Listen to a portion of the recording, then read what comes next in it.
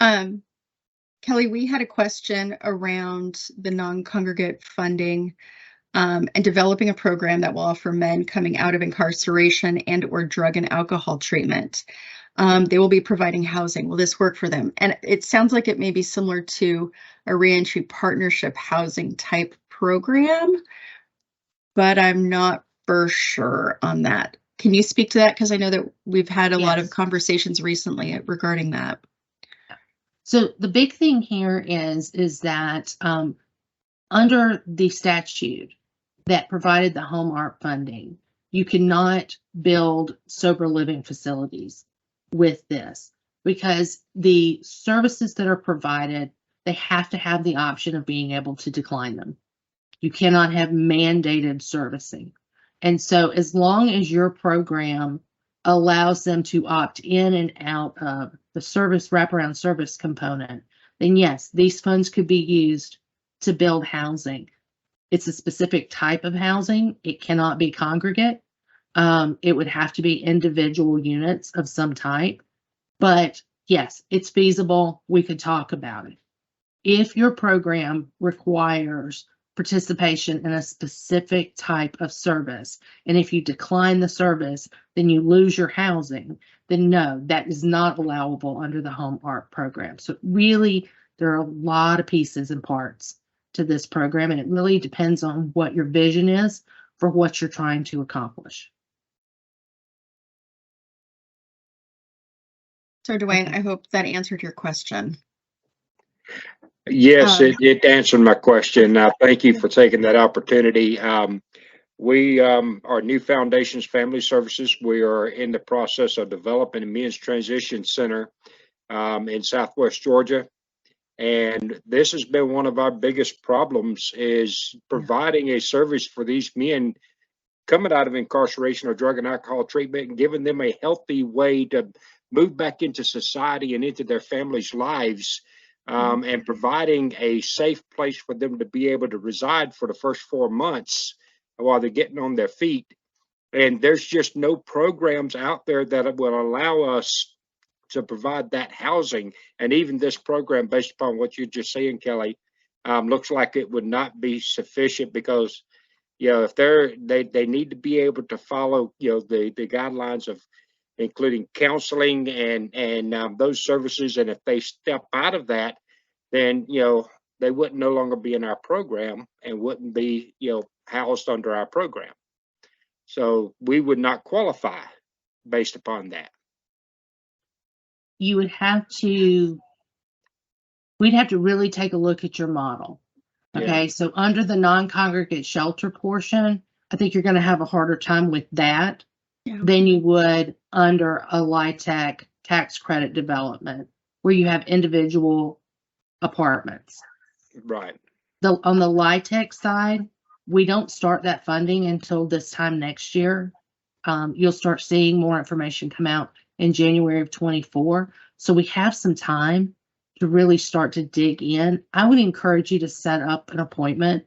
We have a booking page that you can go out there and you can pick a time and a date to meet with us. We do it virtually, and let's really dig in to what your needs are because we're in the process of getting ready to start looking at the 2024 application round and the qualified allocation plan, I'm sorry, to see how we want to set that up. So the more information I have, the more I can advocate within the guidelines of the program to be able to make sure that we make some room where we can. It may not work. This may not be the solution for you. But before we say that and you close off access to $1 billion a year in funding that we have, I want to make sure that we talk it all the way through and try to figure out if we can make it work.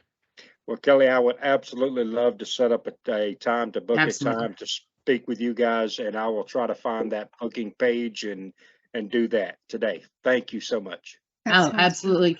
Alana, can you put it in the chat? The booking page? Mm-hmm.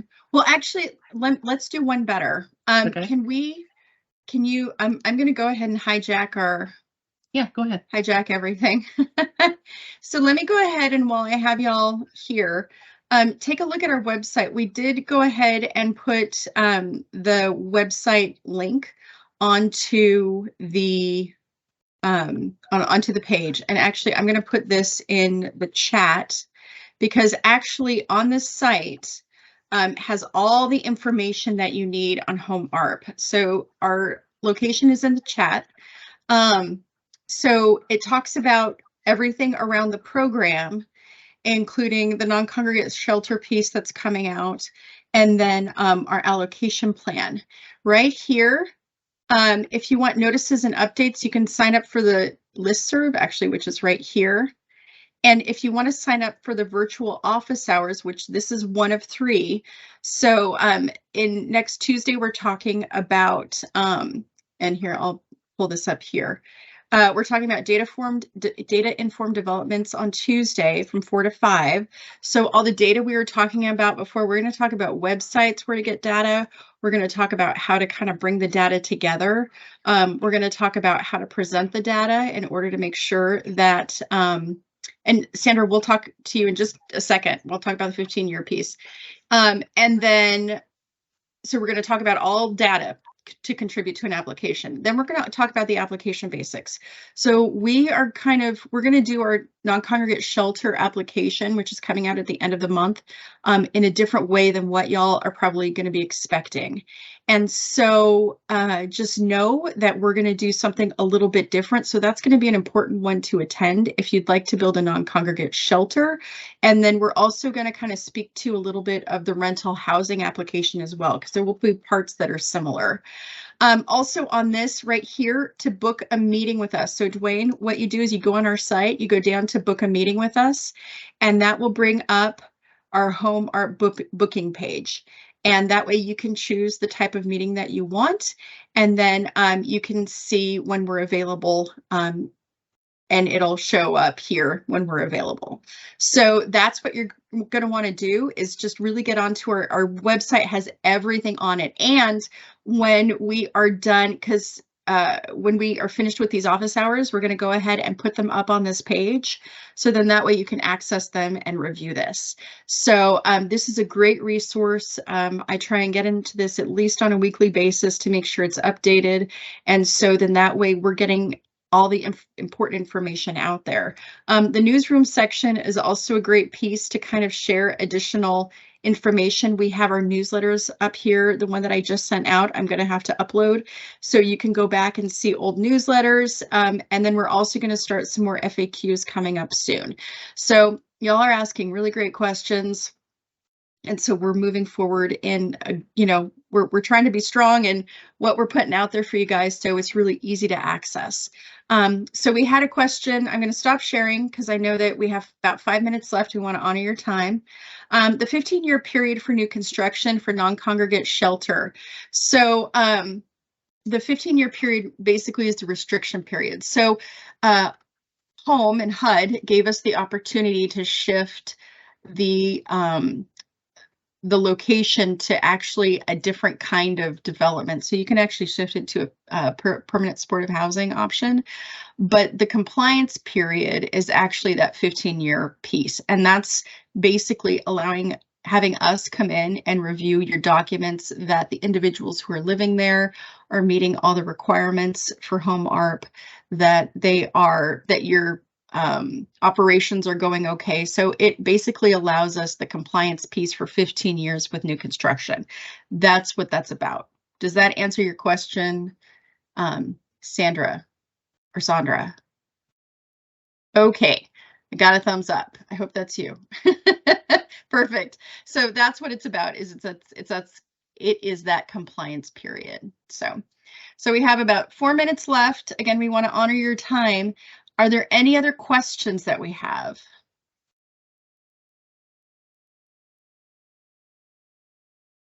Okay. Well, next week we're going to dig into data. We're going to show you where some of this can be found, how to go out there and determine, what is available online, the subpopulation information. We'll talk a little bit about what we have and what we've been able to get together. and where we see the future of that part going. So I would encourage you to come back next week. Yes. And we thank you guys for participating and being on the call. And again, all of this should be uploaded to the website within the next 24 hours or so. So just circle back to dca.ga.gov and we'll have the information up there. And actually, all you have to do is type in HOMEARP into the search button, and that'll get you to the same place. So just know that we're not too hard to find on the website. So, okay. Okay. I guess we're done. Thank you all. I hope you have a great week. Perfect. Thanks, everyone.